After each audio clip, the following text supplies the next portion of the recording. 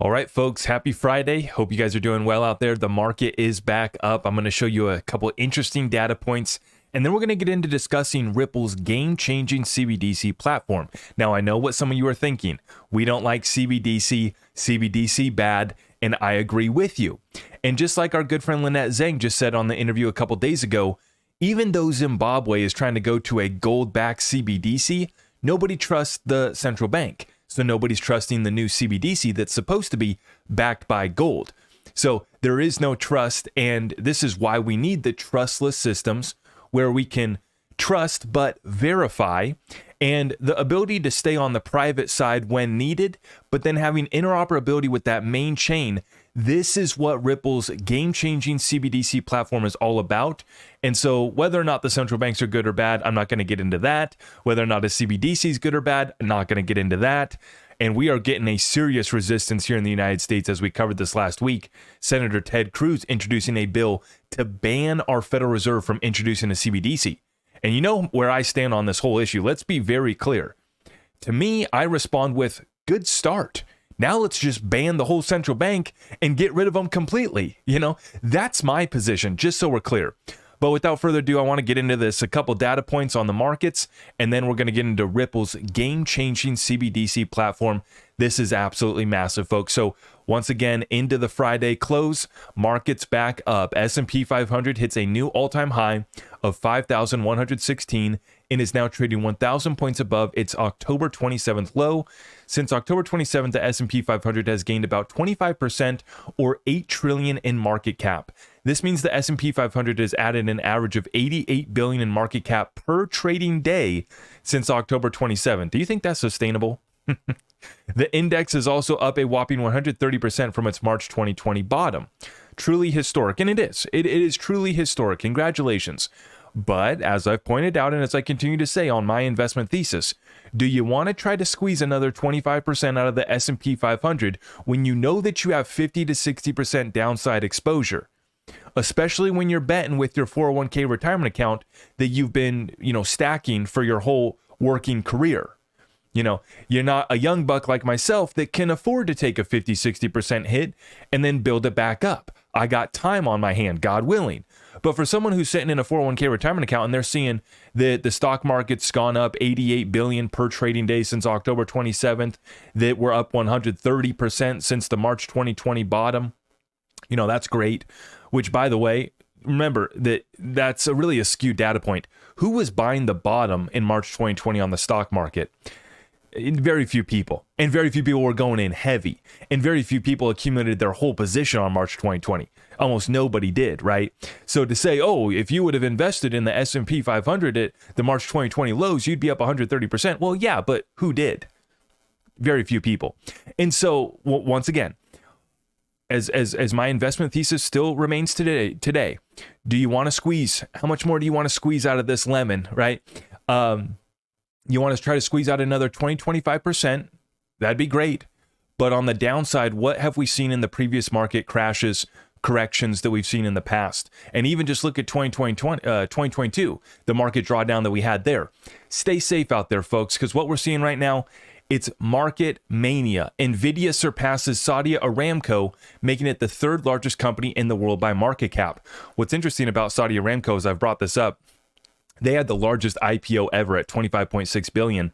And I firmly believe that Ripple has a chance on giving them a run for their money on the largest IPO ever. Now, if you want any indicator that the banking crisis isn't over and that crisis still looms, watch gold. And what did gold do today? Well, it shot up to over $2,080 per ounce to close off the Friday close. So there's our gold, there's our silver, massive green candles to finish off this week, back above $23 per ounce for silver, back above $2,080 for gold. If you need it, we got it. It's ZachRector.com. Roll over the 401k retirement account, or we can get the metal shipped directly to you. More data points. Construction spending falls for the first time since December 2022. See, market bros don't pay attention to this. Bitcoin bros aren't paying attention. Nvidia bros aren't paying attention to this. The data is telling you a different story than market only goes up. I'm making gains, bro. I'm going to get rich off of whatever. Completely dismissing the fact that the data is telling you that we're heading into a recession, that we're heading into a correction, that we are overbought. Because none of these guys can justify the valuations based off of fundamentals. It's very simple. Now, this is another data point that we got this week to show signs of weakness. Here's what makes me so dang excited about this opportunity right here, though. Many people think that this is a marketing term that I just pull out of my butt, and I'm talking about the greatest transfer of wealth in world history. A lot of people think I'm just trying to hype that up. No, it's based off of data. It's based off of the greatest transfer of wealth is based off of the amount of money, the amount of wealth that is going to be transferred, that already has started to be transferred. $90 trillion wealth transfer from CNN Business. So if you don't believe me, maybe you believe CNN. Let me know in the comments down below what you think about that. Millennials stand to become the richest generation in history after $90 trillion wealth transfer. This is why I get so excited about this opportunity. And as we've been saying, now you are seeing the rush from the institutional players into the digital asset space. And as we highlighted, and why I firmly believe that BlackRock is going to give us an ETF, it's either going to be a standalone XRP spot ETF, or they're going to include XRP in a large cap fund similar to Grayscale's, or some sort of basket ETF that will give you exposure to XRP. It is coming, because remember, I've highlighted how they already have 4 or 5 ETFs for gold. And now we're seeing that BlackRock is launching a spot Bitcoin ETF in Brazil. This thing is not slowing down. So much momentum behind the digital asset space. Remember, just because I'm cautious on the macroeconomic data, on the broader markets and the equities, and even cautious on the crypto rally that we've seen, right? Just because I'm cautious doesn't mean I'm not incredibly bullish, incredibly long, and that my bags aren't absolutely stuffed full, ready to ride this wave. Okay. So that's where I stand. You know, you can have two opposing ideas, right, to make up your thesis, right? The economy's not good. We're in a silent recession. The financial system is breaking. The banking crisis is not over. Oh, by the way, there's still a war going on. Oh, by the way, 1 million acres of cattle ranch farmland just burnt down in Texas. Have you already stocked up your beef on freezer? I have. We've been stacking it all. It's called blackout barter. It's called wildfires, destroying our country. It's called a war still going on. Inflation's not dead. PCE just came out hot once again yesterday. But who cares? Let's just look at our green candles on the chart. Let's be Bitcoin bros. Pass me some of whatever they're hitting. I want to hallucinate too. Now, let's get into it. Congress must pass regulation to digital assets that are not securities. This is from 3 weeks ago when Janet Yellen went in front of the House Financial Services Committee. And I just saw this one here today. But she specifically says that we need to pass regulation for digital assets that are not securities. And she's talking about stable coins. And she'd also be talking about crypto commodities like an XRP. As I've been saying, it's not a security. What are the other options? Well, if it's not a security, it's not an equity, then it can be a currency or it could be a commodity, or maybe it could be both, just like gold, just like silver. Do you get utility out of it? Yes. Can you use it as a currency? Absolutely. Best of both worlds. I think I'll take some of that. Thank you very much. Let's continue on, folks. We do have the delay granted in the SEC versus Ripple case. Quick update on that. James Phelan shared with us just a couple days ago that the SEC had requested to extend these deadlines. He responds here once again today that the motion to change briefing schedule has been granted. You know what's so interesting about this? The SEC's opening brief deadline will be extended to March 22nd, 2024. This is one of the dates where the government shutdown has been extended to. So they just passed some extension so that we don't have a full shutdown. But I believe it's like March 8th and then March 22nd is the other date that they have. So we have the perfect coincidence taking place here, right? The government shutdown extended to March 22nd and the SEC's opening brief deadline to be extended. It's going to be a fun month, I tell you what. Ripple's deadline to file its opposition brief has been extended to April 22nd, 2024, and the SEC's deadline to file its reply brief is extended to May 6th. So the dates to focus on is that this case, the final deadline was supposed to be April 29th or April 30th, the last day of April was supposed to be the final deadline, and now it's been extended to May 6th. So we're talking it's been extended another week or so. So don't let the FUDsters come out and say, oh, the case is going till next, and maybe it will. Maybe it will. But we're talking it's been extended another week or so. So don't let the FUDsters come out and say, oh, the case is going till next, and maybe it will. Maybe it will. But we're talking it's been extended another week or so. So don't let the FUDsters come out and say, oh, the case is going till next, and maybe it will. Maybe it will, but don't let the fuzzers come out and say some crap. It's been extended by about a week or so, but the end is in sight, guys. Remember, the end is in sight on the SEC versus Ripple lawsuit, and the only thing that's being determined right now is how can Ripple distribute XRP to their on-demand liquidity and institutional partners. Did they sufficiently change the contracts after the lawsuit was filed so that they could distribute and sell XRP in a way that's not an investment contract to their institutional partners? That's all that's left to be decided. How big of a slap on the wrist fine does Ripple have to pay? That's all that's left to decide. And then we start flipping switches in the US of A. Let's get this party started. Speaking of getting a party started, Ripple 2.1 has now a network share of 51% in about a week. This is a record. Ripple 2.1 has the AMM affected bug fix. 80% updated is considered sufficient. So right now, the validators are updating. All the other nodes are updating. There are some nodes that are still way behind. They're probably abandoned. And so this is why you don't need to get to 100% updated. Some are just going to be left behind. Some are going to be amendment blocked. That's part of the process. The ledger needs to move forward. And the great thing about this right now is the community has eyes on the validators now. It's become a heated topic, kind of unnecessarily, but it's something that we do need to pay attention to. And we should be asking the validators to be responsive. And we're seeing, validators like Vet, who are coming onto spaces, who are talking, who are educating, who are communicating with the community. And this really helps everyone understand where it's at, so we don't get confused on the facts, so we don't let the XRP haters spread too much FUD. And we're doing so in a way that's responsible. We're not just everyone update, flip the switch right now and send it. No, we want to make sure that we go through the testing, we go through the process, so that our ledger remains robust and it continues to work without going down when we add these new features. And this is all of the utility that's finally arriving on the XRPL. One of the many reasons why I remain so bullish about this whole XRP story. Bitcoin is the greatest distraction from the greatest disruption. I thought that it was a good day to remind everyone of that comment from Franklin Templeton CEO Jenny Johnson. And this is not Jenny here, but this is someone else from Franklin Templeton, I guess. 707 Crypto shared this. Franklin Templeton gets it, private versus public blockchains. And she cites the reasoning for why, yes, they do want some ability on some private networks, but all of the liquidity and the public blockchains are actually going to be safer as well. Listen in on this one, folks. Interesting. But I think what the missing understanding is that you are building a system that is going to be highly vulnerable if you go into these permissioned pools or into these private blockchains, because the number of developers that you have working on your security model, the number of nodes that you have actually doing verification is going to be far, far, far, far, far, far fewer than any public blockchain, even new and beginning public blockchains. And those public blockchains are going to have higher levels of security than any private offering being built by anyone in the industry, simply because there's thousands upon thousands of developers that are constantly testing the security of these protocols, right? So I think that there's a fundamental misunderstanding that private somehow equals safer.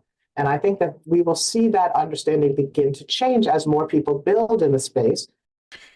What it really comes down to is you get more throughput, you get more efficiency, right? When you have a closed, walled off garden and you have kind of a direct connection and you don't have to validate between hundreds and thousands of different validators, right? If you're only going through, endpoint to endpoint, a direct connection, you obviously have a faster throughput and you can probably push more through. But do you have a safer network? No. Do you have, less touch points, to make it vulnerable, right? And so as she said, it's not as safe as the public networks. And then she also goes on to talk about how the liquidity is going to be on the public networks as well. And this is what I find is the game changer and the key part of this CBDC platform that Ripple is building out right now. Came across this article shared by Anthony Welfare, who is the CBDC strategic advisor for Ripple. Says, quote, with that, it is important to note that Ripple has been one of the leading providers as its CBDC platform offers an all-in-one solution that provides governments with everything they need to deploy and maintain a reliable CBDC. So we take a look at it right here, folks. This article right here from cryptonewsflash.com talking about and this is their words, game-changing CBDC platform. And once again, what makes this so interesting, they talk about how many of them are already working on it with prototypes, right? The protocol allows financial authorities to launch their private networks using the XRP ledger, technology, offering an efficient and scalable solution. The benefit of using a private network means that governing bodies can mitigate the risk of unexpected network congestion while also exercising control and authority over the network. But when it's time to get liquidity, when it's time to go to mainnet and settle up with, using other assets, right? This is where you're going to have that interoperability with the mainnet. And I don't know. I honestly don't know if they have interoperability with mainnet XRPL right now. Because remember, the CBDC platform is basically a forked private version based off of the XRP ledger that Ripple created for central banks. And remember that they cited hundreds of thousands of transactions per second on the private network. So this is why they did it. And as I said, you can mitigate the risk of unexpected network congestion. You just keep on getting throughput, right? And you have a little bit more control and authority over that. But what I expect, if they don't already have it available now, the interoperability with mainnet, then I expect that it will be coming after we get the XLS38D update, which is the cross-chain bridge. This cross-chain bridge amendment is what connects us with Zahao, could connect us with Flare, could connect us with any other, with the Ethereum EVM sidechain, right? And this is all where we could also connect with the CBDC platform as well. So, for example, right, Palau builds their stablecoin on the XRPL. They did it on the mainnet, right? So maybe they're a bad example because they actually did it on the mainnet. But we are seeing there's about 10 other CBDC partners that Ripple has cited. Only about 5 of them have been announced, right? Georgia, was it Colombia, a couple others, right? What they've done is they've built theirs on the CBDC platform.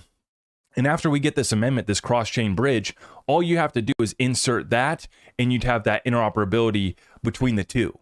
So that would give them the private network benefits while also being able to tap in to mainnet. And that's also where they could tap into the AMM, which is where I believe the best source of liquidity in the world is going to be at, is the XRP Ledger DEX that's going to be further enabled and more efficient once we get that AMM. And part of getting that AMM is all of these validators and nodes updating, because the update includes that fix on AMM. Then they vote yes, then we wait 2 weeks, then we flip the switch and AMM goes live and we start building out some of the best liquidity in the world on the XRPL. And you're not going to have that on the private version, right? The AMM is on the public version, and this is what I believe many of these institutions and central banks will want to tap into when it's time for cross-border payments or time to move from their CBDC to another CBDC or another asset, right? And you're only going to find that on the public mainnet. That's where it's going to be at, right? We're going to have a more safety, as the gal from Franklin Templeton just said. And then you're also going to have all of the other assets as well. So as David Schwartz always says, you can live in that walled garden, but what we're going to give you is a big red button, and you can hit it and the walls will come down, right? So you can hit that big red button, the walls can come down, and you can have that interoperability that you so when you need it, right? Is the best of both worlds. And this is why Ripple's CBDC platform is such a game changer, right? So once again, folks, already got almost a dozen partnerships with central banks that are live or are in some sort of testing. And we have conversations going on with over 24 central banks. You guys know how I feel about the central bank here in the United States of America. But if I have to, if I have to make my bet, well, I'm going to bet on the company that's helping it, whether it's our Federal Reserve, whether we, get rid of the Federal Reserve and go back to our Treasury. Ripple's the company to be working with, and XRP is the ledger to put it on. That's what it comes down to. And the ability and the utility that's coming to the XRPL is going to make it even more appealing for all these different issuers, all these other institutions to come to the XRPL. This is why I'm so bullish. We are just getting started with this next bull run. And so you guys know what to do. If you appreciate our content, please like this video, share it out far and wide. Everything's at my website, ZachRector.com. And I hope that everybody has a fantastic weekend. If you're looking to join our private community, just go to my website, ZachRector.com, and get in before our Discord weekly call tomorrow morning at 11:30 a.m. Eastern. Every single Saturday, we have a Discord weekly call. We would love to have you in there. And we just started a new month on Patreon. So get in while you can. God bless you all. I'll see you in the next one. Thank you. I am your host, Zach Rector. I really appreciate all of the love and support. If you want to support the channel, just remember that you can start by smashing that thumbs up for me, sharing this content far and wide, and everything else is at my website.